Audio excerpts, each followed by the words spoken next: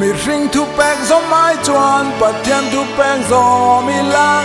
en kim kan ti apian Krista mingin kan ti turani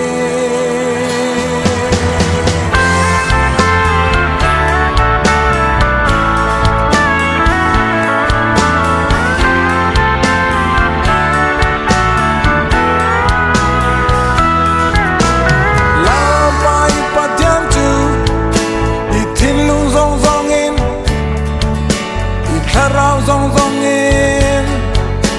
iril ru zong zong in i mangai turani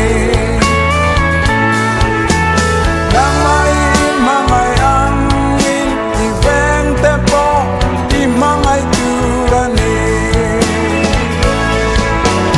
nang nin i mangai chuan ka thu pe tein zo mang la li suana ti tan zo fam kim na chu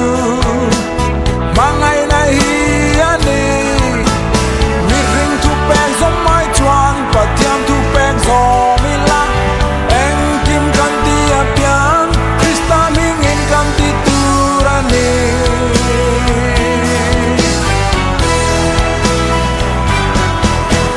kay malo chu pathian dang reng reng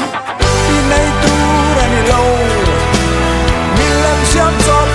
i turani lo lau pai pathian ning chu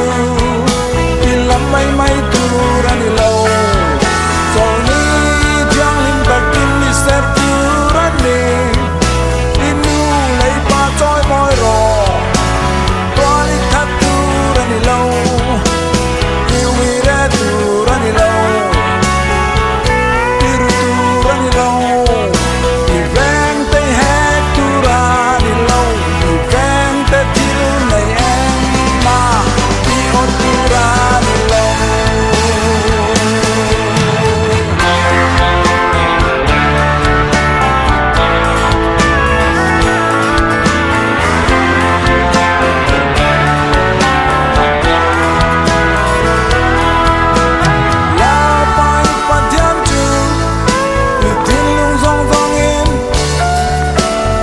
rau zong zong in iril ru zong zong in i mangai turani mangai angin i veng te po i mangai turani